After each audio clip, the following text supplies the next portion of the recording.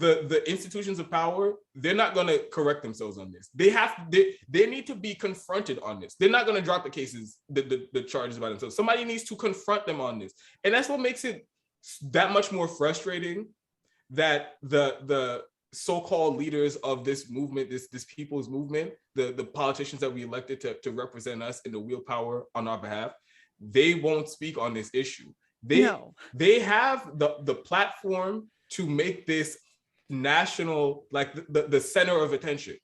If AOC and Bernie and Ilhan Omar every fucking week were coming out talking about, oh, Joe Biden's prosecuting journalists just like Trump, and he's against the freedom of the press just like Trump. If they were making this an issue that's impossible to ignore, they would shame. I have a hard time believing, because up to now they don't want to defend this publicly. Joe Biden doesn't want to talk about this publicly. The administration doesn't want to talk about this publicly because they know what it looks like to the public. So if they were actually forced to address this publicly and every week, every press conference, explain why they're prosecuting a journalist for doing his job, I really believe that if that pressure alone wasn't enough to get the Justice Department to be like, all right, fuck you, drop the case, then the organizing that could come from that, the protests in the streets from mass people with these large platforms organizing and mobilizing people on this issue, that too would be enough pressure to get the Justice Department to drop the case. And I don't want to minimize the efforts it takes to organize, but what it would take from these people to rock the boat on this issue, it's the bare fucking minimum. A single tweet from AOC could garner an unbelievable amount of support for Julian Assange. She has millions of followers, people who like drop everything that she says. But here's the problem. She doesn't support Julian Assange. She's an authoritarian. She favors censorship. That's what people ask me all the time. Why do you think the squad doesn't support Julian Assange? Because they're authoritarians. They don't support Julian Assange. Bernie Sanders doesn't support Julian Assange. These people don't care about Julian Assange. They want to see him go to prison, I think. That's just me speculating, but AOC uses her email list to send her, army of people to go mass report people on Twitter who say mean things about her. She's an authoritarian. Imagine she did that for Julian Assange. Imagine she sent out an email to her followers and his supporters like, oh, everybody go get on the street for Julian Assange. Everybody go blow up the White House Twitter account and blow up all these politicians' Twitter accounts and their phone lines and talk about Julian Assange, demand that they drop. Imagine they did, but instead, what did she do? Like you said, oh, go report people who are mean to me on Twitter. Well, we have to look at it in the larger context too of the national security state, because that's who's really steering the ship here. Mm-hmm. And if we go back to Snowden is the one who got away, so to speak. And I have nothing but respect for Edward Snowden, but he embarrassed the national security state like they've probably never been embarrassed before, and he rightfully embarrassed them. And I remember how angry Obama was that Snowden got away, so to speak. And they're not going to let that happen a second time. Well, and Julian helped him. And helped him.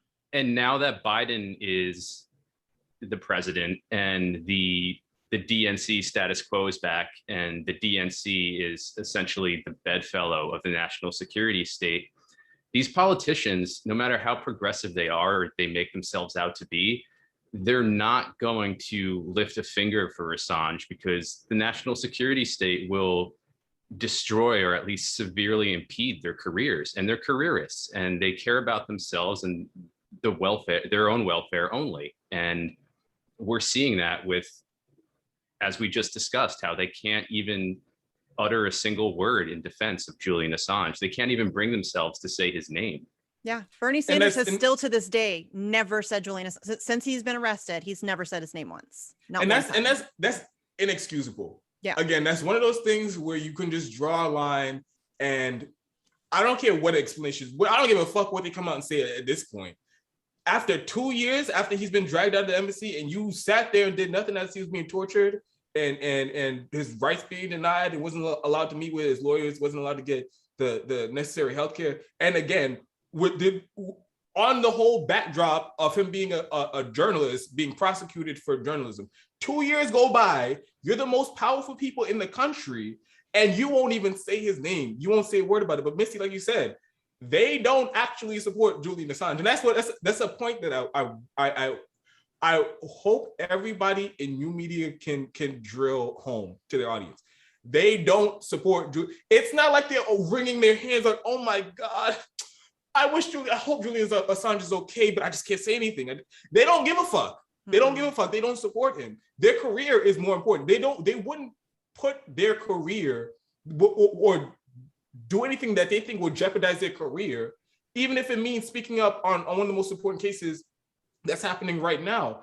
And like Jesse said, they won't even do the bare minimum on this issue. And it's, like you said, it's because they're afraid of some repercussions to their careers. Because I have a hard time believing that if they were confronted on the merits of this case and the details of this case, how they would, I have a hard time imagining how they could make a case that Julian Assange should be have dealt with any of the shit that he's gone through over the last 7 years or 8 years.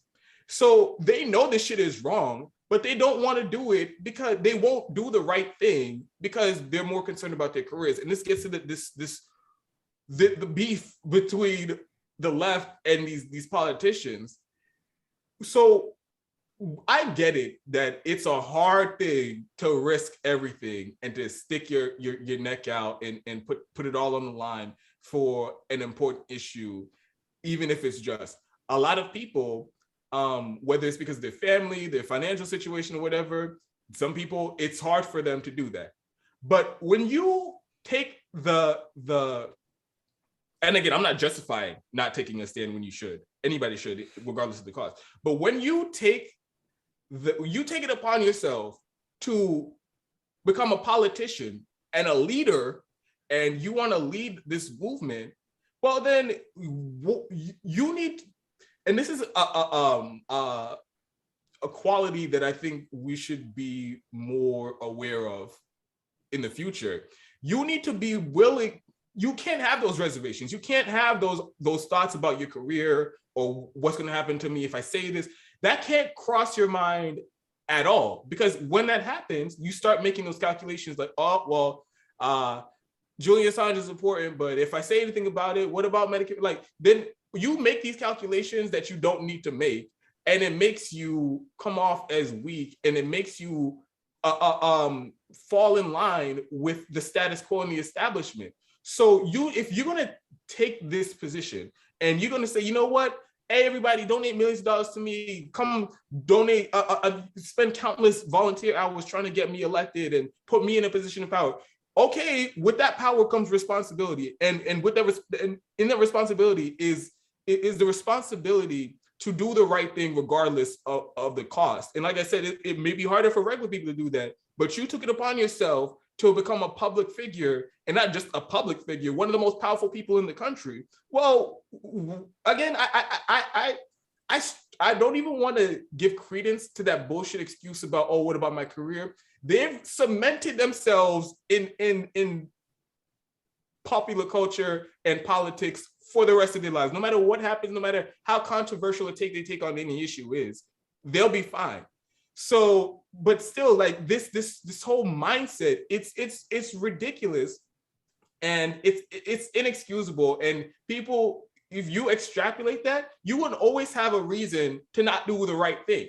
So how about we just stop entertaining that bullshit? And especially the people who've took it upon themselves to become politicians, why don't you just take the risk? And whatever happens, happens. Like all of this hand wringing and, oh, if we do this and it might not work. How about you just take the first step, and whatever happens after that, whatever consequences, whatever happens, then you just deal with it in real